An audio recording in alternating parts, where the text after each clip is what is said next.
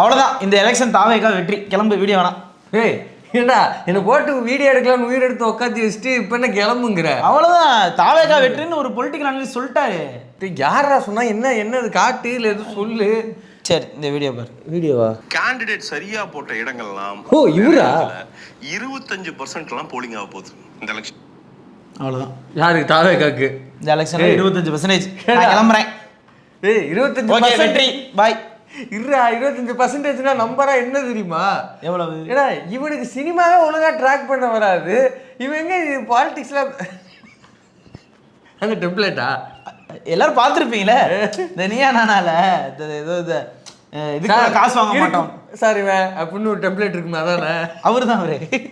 இப்போ எனக்கு சினிமா வேணாம், நான் வந்து ஸ்ட்ரைட்டாக பொலிட்டிக்கல் நான் போயிட்டு அனலைஸ் பண்ணி யார் ஜெயிக்க போகிறான்னு சொல்ல போகிறேன் அப்படின்னு. இல்லை நம்பரா 25%னா அது என்ன ஒன்று வரும்னு தெரியுமா உனக்கு? உனக்கு சினிமாவே ஒழுங்காக வராது, இது எங்கே வர போகுது?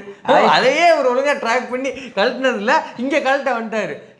அதெல்லாம் விடு, 25%ங்கிறியே.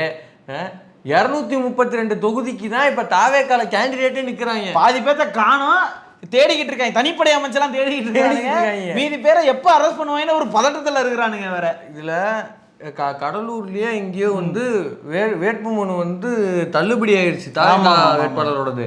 அதில் நான் இல்லைன்னா இன்னொருத்தர்னு போட்டிருப்பாங்க இல்லையா, அவங்களுடைய வேட்புமனுவும் தள்ளுபடி. அப்போ அவுட் அங்கே. இப்போ இங்கே அடுத்து அது என்ன நிலவரம்ங்கிற தெரில, ஃபர்தர் அப்டேட் வரல. சோஃபார் இப்போ அவனுக்கு கிடைச்சிருக்க அப்டேட் படி அங்கே தாவேக்கா கேண்டிடேட் இல்லைன்னு தான் பேசிக்கிறாங்க. ஆத ஒரிஜினாவே இன்னைக்கு காலைல வரைக்கும் நான் போட்டிடுவேனா இல்லையா ஏன் இப்போ வீடியோ ரெக்கார்ட் பண்ணுறதுக்கு 2 மணி நேரத்துக்கு முன்னாடி வரைக்கும் ஏற்பா மறுப்பான்னு இழுத்து அடிச்சுக்கிட்டு இருந்தாங்க. இல்லை நில்லுங்க நின்றுட்டு போங்க அப்படின்னு சொல்லிட்டு நீ நின்று அவமானப்படணும் அப்படின்னு நிப்பாட்டிட்டு இருக்காங்க. இது வந்து ஸ்டார்டிங். இதெல்லாம் விடு, எடப்பாடி தொகுதியில அந்த கேண்டிடேட்டை காணோம்னு காலில இருந்து தேடிக்கிட்டு இருந்தாங்க. கடைசியில அவரோட வேட்புமனுவும் நிராகரிக்கப்பட்டுருச்சு. அங்க டோட்டலா அங்க டிக்ளேர் தாவேக்கா அங்க வேட்பாளர் கிடையாதுன்னு டிக்ளேர். இப்ப சோஃபார் 233 அல்லது 232 தான் நம்பர். அங்க ஒரு ஆள் நிக்க நிப்பாட்டலாம் முடியாது. நிப்பாட்டுறதா முடிஞ்சு போச்சு. Nomination date closed. இனிமே எங்க இருந்து நிப்பாட்டுறது? இந்த லட்சத்துல 25%. இதுக்கு எப்படிங்கிற? சென்னையில எவ்வளவு ஜெயிப்பாங்கன்னு தலைவர் சொல்லியிருக்காரு. இந்த அந்த கண்டனை போட்டு தொடரா. இதெல்லாம் வந்து அன்பிரசிடென்டட் அப்படின்னு சொல்றாங்க. இது வரைக்கும் தமிழக தேர்தல் வரலாற்றிலேயே இப்படிலாம் நடந்தது இல்லை. அது நடக்க போகுது இந்த தடவை. அது அன்பிரசிடென்டட்லாம் கிடையாது, இது வந்து அன்ரியாலிட்டி அப்படியெல்லாம் வார்த்தை இருந்தால் போட்டுக்க. அது ரியாலிட்டிலாம் நடக்கவே நடக்காது, போட்டு தொலை. இன்னொன்று சொன்னாங்க, ஒரு ஷாக்கிங்கான ஒரு மேட்டர் சொன்னாங்க. மெட்ராஸ்ல அந்த ரீஜியன்ல இருக்கிற 16 தொகுதிகள் தாவேக்கா மட்டும் சரியான கிரவுண்ட் ஒர்க், அந்த கேண்டிடேட்ஸ் மட்டும் இங்கிருந்து எலெக்ஷன் வரைக்கும் சரியான கிரவுண்ட் ஒர்க் பண்ணா 16க்கு 16 ஜெயிக்கிறதுக்கு வாய்ப்பு இருக்கு அப்படின்னு சொல்றாங்க. யாரு சொல்றாங்க? இதை கேட்டது யாரு? நான் கிளம்புறேன், வீடியோ வேணாம். இல்ல யாரு சொல்றாங்க? வாய்ஸ் ஆஃப் மாமனார்ல உனக்கு பேமெண்ட் போட்டானே அவன் சொன்னானா? ஏண்டா அவன் சொன்னானா? இதை கேட்டு வந்து வீடியோல சொல்றான். கருத்து கணிப்புலாம் எடுத்துருப்பாரு. யார் இவரு? சென்னை பூரா சுத்தி சொல்லுங்க நீங்க யாரு கோட்டு போடு கருத்து கணிப்பு இவனா? இவெல்லாம் படத்தையே பார்க்காம படத்துக்கு ரிவ்யூ போடுறவன். டேய் நீ இவன் யாருன்னு தெரியும்ல உனக்கு? பாக்கெட்ல வருது ஒரு கட்டை இப்படி எடுத்து கொடுத்தினா அப்படியே பாக்கெட்ல சொருவிட்டு பாடம் அருமையா வந்திருக்குங்க அப்படின்ட்டு போவான். இவன் நல்லா இருக்குன்னு சொல்லி எந்த படமா விளங்கியிருக்கா? அதெல்லாம் பார்த்தது இல்லை, கேள்விப்பட்டிருக்கேன், நான் பார்த்தது இல்லை. அட்லீஸ்ட் ஒரு லாஜிக்காக வச்சு ஏதோ போய் சொல்லலாம்ல, இவ்வளோ ஜெயிக்கிறதுக்கு வாய்ப்பு இல்லை. இது ஒன்றும் கிடையாது, இது வாய்ஸ் ஆஃப் மாமனாரனுடைய ஒரு வேலை, இது அவனுடைய ஒரு கையாளுவேன், அவ்வளோதான். சரி, இதே தான் தாவேக்கால பூரா அப்படின்னு சொல்லி சுத்துறானுங்க. இன்னைக்கு ஒன்றும் இல்லை, எடப்பாடி இல்லை நிலமை என்ன? எடப்பாடி நிலைமை என்ன? வேட்பாளரை காணும். தாவேக்கா தொண்டர்கள் தேடி இருக்காங்க, காலில இருந்து காணாம். இப்போ நீ யோசிச்சு பாரு, இன்னைக்கு தான் வந்து பரிசீலனை அப்படிங்கிற டேட் அனௌன்ஸ் பண்ணியிருப்பாங்க, கேண்டிடேட்டுக்காலாம் சொல்லியிருப்பாங்க. அது அங்கே வந்திருக்கணுமா இல்லையா? அந்த காலையில இருந்து ஈவினிங் வந்து நிராகரிப்புன்னு செய்தி டிக்ளேர் ஆகிற வரைக்கும் வரலன்னா அதோட பொருள் என்ன? உண்மையில காணாமாப்பா, போலீஸ்லாம் தேடுறதா காலையில் நியூஸ் போட்டாங்க. சரிப்பா, எங்கப்பா போனாரு தெரியல. எங்க போனாரு? யார் தூக்கிட்டு போனாரு? கட்சி மாதிரி கிளைமேக்ஸ் ரேஞ்ச் வருவாரு. கிளைமேக்ஸ் முடிஞ்சு சார், நீங்க வராதீங்க, நீங்க எங்க இருக்கீங்களோ அங்கே இருந்துக்கு. இது சினிமாவா? இப்போ இதுல தான் சந்தேகம் என்ன வருதுன்னா, இப்போ எடப்பாடி கிட்ட அமௌண்ட் வாங்கிட்டு தலைமை பதுங்கிட்டானா, அல்லது தலைமையே கூப்பிட்டு தம்பி போகாத, செட்டில்மெண்ட் ஆயிடுச்சு, அல்லது நம்ம வந்து ஒரு கூட்டணியில் தான் இருக்கிறோம், நீ பாட்டுக்கு நின்று அவருக்குள்ள 10,000 ஓட்டி பிடுங்கிட்டு விட்டுறாத, கரெக்டு தான் அப்படின்னு எதுவும் அண்டர் கண்ட்ரோலிங். ஏன்னா ஏற்கனவே கரூர் விவகாரத்தில் ஒரு விஷயம் நடந்துச்சு ஞாபகம் இருக்கா? சிபிஐக்கு விசாரணை வேணும்னு வழக்கு போட்டாங்க. 2 பாதிக்கப்பட்ட 3 பேர் நினைக்கிறேன் பாதிக்கப்பட்டாங்க. அதில் போய் அவங்க விசாரிச்சு பார்த்தா அவருக்கு அதிமுகங்கிற கட்சி பேரை சொல்ல வரல, ரெட்டலை கட்சிக்காரர் என்கிட்ட ஏமாத்தி கையெழுத்து வாங்கிட்டு போனாரு. கரிகாலன் அவரோட டீம் தான் போய் அரவிந்த் ஐயா தான் போனாரு. அங்க போய் பார்த்தா அந்தமா சார் செத்தது என் புள்ள, என் புருஷன் என்னை விட்டுட்டு போய் பல வருஷம் ஆகுது, அவன் பேர்ல கம்ப்ளைண்ட் வந்திருக்கு, அவனை பார்த்ததே இல்லையா ரொம்ப நாளா அப்படின்னு ரொம்ப வருஷமா பார்த்ததே இல்லைன்னு அவங்க சொல்றாங்க. ஆனா இதுக்கு பின்னாடி எல்லாம் இருந்த கை இது அங்க இருக்கிற ஒரு லோக்கல் அதிமுககாரங்க. நம்ம அன்னைக்கே யூடியூப் புட்டஸ்லயே சொன்னோம், லோக்கல்ல இருக்கிற அதிமுககாரன் இவ்வளவு டீப் ரூட்டடா வேலை பார்க்கறான்னா அவங்களுடைய தலைமை சிக்னல் பண்ணாம இந்த வேலை நடந்திருக்காது அப்படின்னு. இப்ப எல்லா கணக்கையும் டாட் பண்ணி பாருங்க. கரூர் சம்பவத்துல முதல்ல விழுந்து காப்பாற்றினது யாரு? எடப்பாடி பழனிசாமி அவர்கள். ஏன்னா அவர் அன்னைக்கே இது உடைச்சு இல்லைங்க இது வந்து விஜயனுடைய கவனக்குறைவு தான், தாவேக்கானுடைய கவனக்குறைவு தான், அவர் தான் காவு வாங்கினதுங்கிற உண்மையை அன்னைக்கே போட்டு உடைச்சிருந்தாருன்னா இன்னைக்கு இவ்வளவு தூரம் திமுகன்னு இவனுங்க நெரேட்டிவா செட் பண்ணியிருக்க முடியாது. அவர் எப்படி சொல்லுவாரு? அவர் பண்ண விஷயத்தையே அவர் வந்து டிவியில பார்த்தா தெரிஞ்சுக்கிட்டேன் அப்படின்னாரு. இந்த விஷயத்த சொல்லுவாரா? நாக்கு மேல வெள்ள ஓடி திருப்பி கேட்டுருவாங்க பயந்துட்டு சொன்னாரா இல்ல கூட்டணியை காப்பாத்திக்கிறதுக்காக சொன்னாராங்கிறது இன்னைக்கு தெரிஞ்சு. அந்த 41 அந்த 13 அப்படின்னு கேட்டாங்க இல்ல. இப்ப என்னன்னா அப்ப 41 பேர் காவு வாங்கப்பட்ட விஷயத்துல விஜயை காப்பாத்தினாப்ல. அதுக்கு பின்னாடி சிபிஐக்கு விசாரணை போகணுங்கிறத தாவேக்கா ஒட்டுமொத்த தாவேக்காவும் கொண்டாடிச்சு. ஏன்னா அதைத்தான் தாவேக்கா எதிர்பார்த்தாங்க. பாஜக கையில நம்ம போயிட்டோம்னா சேஃபர் நம்ம, இதே வந்து இங்க இருக்கிற போலீஸ் ஸ்டார்ஸ் ஆயினா உண்மையை அம்பலப்படுத்திடுவாங்க அப்படின்னு பாஜக கிட்ட எப்படியாவது ஒப்படைச்சிடணுங்கிறத துடியா துடிச்சாங்க. அடுத்தடுத்த பிரச்சார கூட்டத்துல கூட்டணிக்கு வர போறாருன்னு வேற கொடி பறக்குது அப்படிலாம் வேற ஆட்டிட்டு இருந்தது. அதுக்கு உதவி பண்ணது அதிமுக காரங்க. இப்ப அதுக்கு வந்து பதில் உதவியாக அல்லது இவங்க கூட்டணியினுடைய நாம்ஸின் படி இவருக்கு விட்டு கொடுத்துட்டாரா விஜய் அப்படிங்கிற ஏகப்பட்ட. இதுக்கே விட்டு கொடுக்கணும் எனக்கு புரியல. அவனே அந்த கேண்டிடேட்டே நான் நியூஸ்ல தான் பாக்குறேன். ஏற்கனவே அது உனக்கும் தெரியும் எனக்கும் தெரியும். ஆனா அவங்களுக்கு என்ன பயம்னா ஏற்கனவே 10 தோல்வி, ஏற்கனவே வந்து ஊரா போய் துணை முதல்வர் பேசிக்கிட்டு இருக்காரு. கார்பட்ட கட்சி வேணுமா, இந்த பீஸ் நமக்கு வேணுமா அப்படின்னு. இதுல இமேஜ் பயங்கர டேமேஜ். அப்ப லோக்கல்ல வழக்கமா போட்டுட்டு இருக்கவனும் மாத்தி குத்திட்டான்னு வச்சுக்க. ஏற்கனவே இவன் வேற வரான், இவன் ஒரு 4000-5000 ஓட்டு திருட்டானா அந்த 5000 மார்ஜின் வச்சா டேய் நான் செவந்திலத்தை காப்பாற்றிக்கிறேன்டா கொடுங்கடா அப்படிங்கிற மைண்ட் செட்டில் தான் எடப்பாடி இருக்கிறாரு. அதுக்காக தான் வந்து இப்படியான டீல் நடந்திருக்கிறதோ அப்படின்னு ஒரு சந்தேகம். இதுல இன்னொரு மேட்ரு, தாவேகாரங்க ஒரு வழியா அரசியலை கத்துக்கிட்டாங்க, விஜய் கத்துக்கல. ஆமா தாவேகாரங்க அரசியல் பட்டாங்க, அரசியல் கத்துக்கிட்டாங்க. எதை வச்சு சொல்ற அரசியல் பட்டாங்க? நான் பார்த்த வரைக்கும் எதுவுமே இல்லையே. நீ போடா இந்த வீடியோவை பாரு.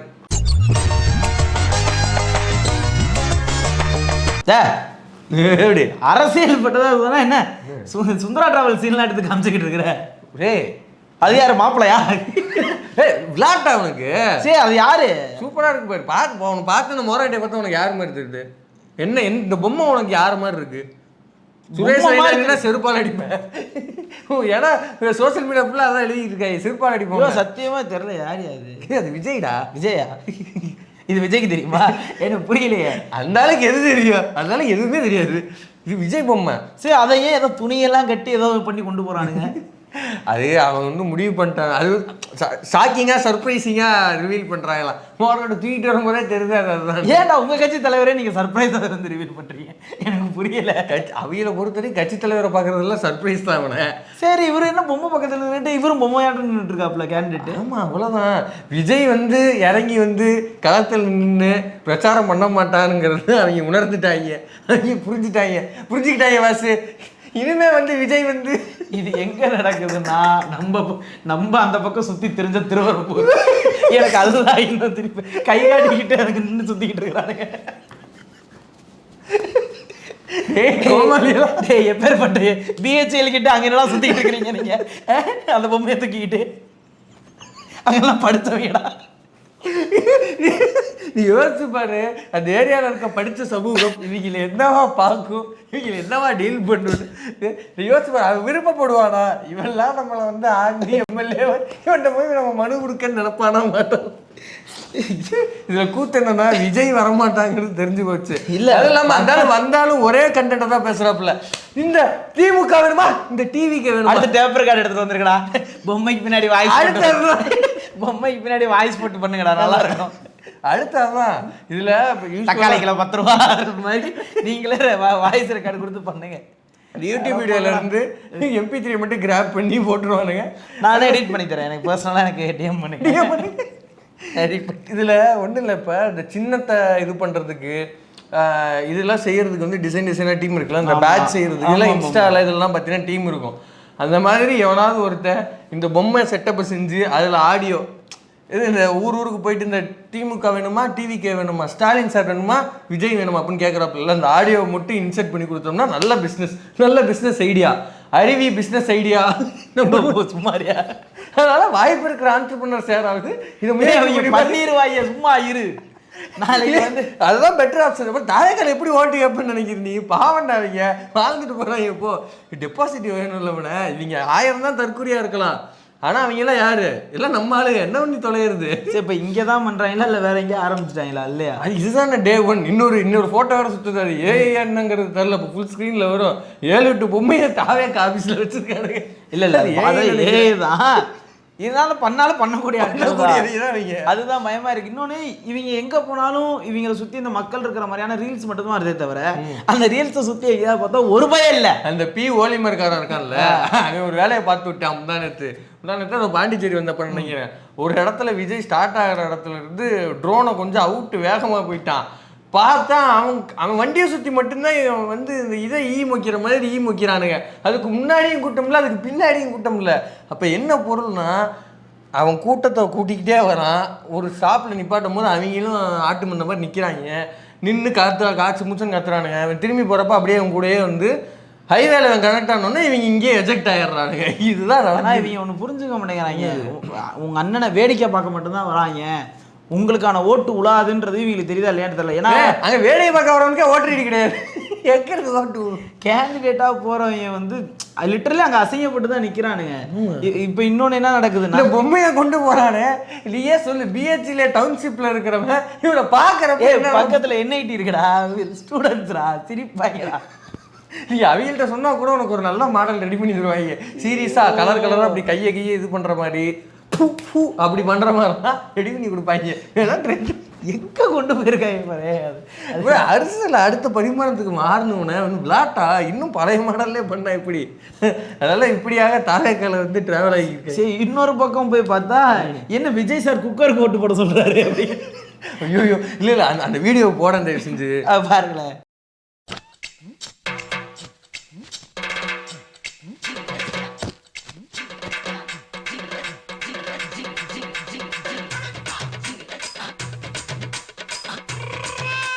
இதெல்லாம் அடிக்கடி ஷேர் பண்ணு. இல்ல நானே ஒரு செகண்ட் இல்ல நான் பார்த்தா ஒரு செகண்ட் இது என்ன குக்கர் போட்டு கேட்குறேன். ஐயா டிடிவி கூட கூட்டினியா? இல்லை அதில் தான் தெளிவாக போடணும். பாண்டிச்சேரி அந்த இதில் வந்து இந்த கட்சிக்கு இவங்க குக்கரில் நிற்கிறாங்க. மொட்டையா விஜய் போட்டு குக்கர் போட்டு போடணும். இதில் 2 விஷயம் நடக்கும். ஒன்று, தமிழ்நாட்டில் இருக்கிற தாவேக்கா தற்கூரியவளாது அந்த ரீல்ஸு கீழே போய் டே எங்கள் அண்ணன் மேலே அவதூறு பருப்பு பார்க்குறியா, நீ திமுக காரணாடா, இது போட அந்த மோனை போட இந்த மோனை எப்படி திட்டுவான். அப்படி இல்லைன்னா கன்ஃபியூசன்ல குக்கருக்கு மாற்றி குத்த போறானுங்க. கண்டிப்பாக போடுவானுங்க, மாற்றி குத்த போறானுங்க. தமிழ்நாட்டில் மாற்றி குத்துனாங்கன்னா அது ஐயா திராவிட சிசு ஓஜி டிடிஇ அவருக்கு போய் உழுவ போகுது. அதுதான் நடக்க போகுது. இல்லை அவரே எடுத்து ஷேர் பண்ணாலும் பண்ணுவார். விஜயே எனக்கு ஓட்டு கேட்குறேன், ஆதரவு பெற்ற சின்னம்மா பண்ண போட்டு. ஏன்னா இவங்க பண்ணிடுவாங்கன்னு தெரியும். வேணே முட்டா பேர் ஷேர் பண்ணக்கூடியவங்க தான் வேணுங்க. அதுதான் ஷேர் பண்ணா நம்ம நீ என்ன பண்ற 2 நாளைக்கு ஒருக்கா போய் நான் ஒரு தான் ஏமாறுவேன். அதுதான் நடக்க போகுது. ஒன்றும் இல்லை, பாண்டிச்சேரியில் இந்த நேய மக்கள் கட்சின்னு இருக்குதுல்ல, அதுக்கு ஒதுக்கி எனக்கு பண்ண போட்டுருக்காங்க. அதான் பாண்டிச்சேரியில் இருக்கிறவங்களுக்கு தெரியாது, அது அவங்களுக்கும் தெரியாது. சொல்கிறேன் அவங்களோட கூட்டணி எது இந்த பாஜக காரங்க சேர்ந்து ஒரு கட்சி ஆரம்பிச்சிருக்காங்க. அது தாவேக்கா. அது இல்லையா? அதுதான் தாவேக்கா. அங்க பாண்டிச்சேரியில் போய் கேண்டிடேட் வச்சது முக்காசி பேர் பாஜக காரணம் தான். ஆமா, அதனால கேட்டேன். பேர் மாதிரி சொன்னாப்ல ராமு செந்திலா செல்வம் அவரு பாஜக காரர், ஒரு பாஜக கேண்டிடேட். சரி, நீங்க எந்த கட்சி? நானும் பாஜக. அவர் முன்னாடி வரைக்கும் பாஜக, இங்கே இது. ஸோ இப்படியாக தாவேக்கா பைஸ் வந்து நல்ல என்டர்டைன்மெண்ட் பண்ணிட்டு இருக்காங்க. இப்போ அந்த கட்சிக்காரங்களுக்கு வந்து குக்கர் கொடுத்துருக்கா? ஆமா, அவங்களுக்கு அந்த கட்சி தான் போல் இருக்கு. அவங்களுக்கு ஒதுக்கிருப்பாங்கன்னு நினைக்கிறேன். அது ஏன்னா அந்த இதை பார்த்தா போடுதான், வீடியோவில் பார்த்தா போடுதான் தெரியுது. அது என்னத்தை கண்டாவே போய் ஆராய்ச்சி பண்ணிட்டு நான் விட்டுட்டேன். அடுத்து வந்து தமிழ்நாட்டில் பெரிய இன்னொரு என்டர்டைன்மெண்ட் போய்கிட்டு இருக்குது. யார் நம்ம ஐயா தவளப்பாடியாரை போட்டு வறுவல் செய்து கொண்டிருக்கிறார் துணை முதல்வர். அவங்களுக்குள்ளதான் சண்டை. சிஎம் ஜாலியா இருக்கிறாரு. அது அந்த மகனே யூ கேரி ஆன் அப்படின்ட்டாரு. அடிச்சு பழகடா மகனே அப்படின்னு அந்த மோட்ல போயிட்டாப்லையா? இல்ல வந்து என்னத்த போயிட்டு நம்ம நிறைய வேலை இருக்குது. அவரு டெல்லி கூட சண்டை போட்டுட்டு இருக்காருப்பா. எல்லா அங்கேயும் போயிட்டு பாருங்க தமிழ்நாடு எவ்வளவு முடக்குறாங்க, எவ்வளவு ஒடுக்குறாங்கன்னு அந்த ஆதாரத்தெல்லாம் எடுத்து போட்டுருக்காரு. இங்க பாருங்க 3வது இடத்துல வச்சிருக்கு. 3வது இடமா 10வது இடமா? ஏன் 10 இடத்துலயே இல்ல. ஒன்றிய அரசு வந்து செயல்படுத்தக்கூடிய திட்டங்கள், அதிகமான திட்டங்கள் செயல்படுத்தக்கூடிய மாநிலங்கள் பட்டியல் நினைக்கிறேன். அது லிஸ்டே எடுத்து காட்டுறாருங்க. பாருங்க 10க்குள்ள தமிழ்நாடே வரல. இவங்க என்னன்னா ஊர்ல இருந்து புலி எடுத்துடுறாங்க. நேற்று இப்படிதான் வந்து யாரு நம்ம ஒரு போலி டாக்டர், ஒரு போலி டாக்டரேட்டா, அது ப்ரொஃபஸர் கூட இல்லை, இவரு தான் பிடிஆர் தான் சொல்லுவார். ஆமாம், போலி டாக்டர் இல்லை, போலி ப்ரொஃபஸர். அவரு நம்ம அமைச்சர் பிடிஆர் தான் சூப்பராக சொல்லுவார். அவர் வந்து கிளாஸ் போய் எடுக்கிற ப்ரொஃபஸர் கிடையாது, அவர் ஆக்டிங் ப்ரொஃபஸருங்க. அவரை போய் ப்ரொஃபஸர் இருக்கீங்க. அவருடைய சப்ஸ்டியூட் ப்ரொஃபஸர் யாராவது வரலன்னா சும்மா போயிட்டு சைலன்ஸ் அப்படின்னு போர்டில் பேர் எழுதிச்சுவாங்க அப்படிங்கிற லெவல் தான் அவரு. அவரு பிஹெச்டி பண்ணதுமே வந்து காந்தியன் ஸ்டடீஸ்ல தான் அவர் பண்ணியிருக்கிறாரு. அவ்வளோ பெரிய படிப்பு அது.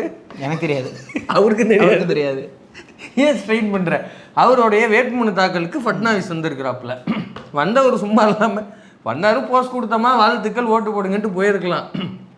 மதுரைக்கு மெட்ரோ வேணுமா அப்படின்னா இவருக்கு ஓட்டு போடுங்க. ஒரு ஓட்டு போட்ட செய்தி அவரே செய்தி எனக்கு புரியல.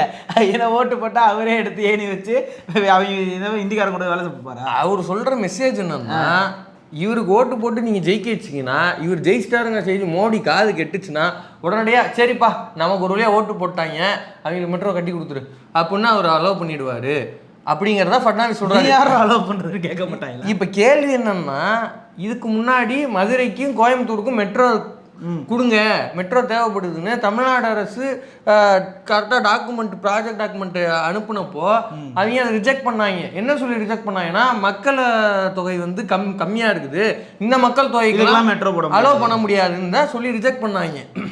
இப்போ இவருக்கு ஓட்டு போட மட்டும் இப்போ ஓட்டு போட்டுருமா? இல்லை கேட்குறேன். இல்லை ஐயோ, ஏன்னா இவரே அப்படி பேசக்கூடியதுதான். அந்த கேண்டிடேட் யாரு தெரியுமில்ல, ராமசீனிவாசன். என்னம்மா கேந்திர வித்யாலயா சீட்டு வேணுமா? சரிம்மா, அப்போ மீன் குழம்பு ரெடி பண்ணி வச்சுட்டு நீ ரெடியாரு. இல்லை எனக்கு புரியல. லிட்ரலாடா ஆடியோலாம் இல்லை வந்துச்சு. அவர் அந்த மாதிரி ஸ்கூல் கூட்டு போகிறதுக்கா இல்லை இருக்கு?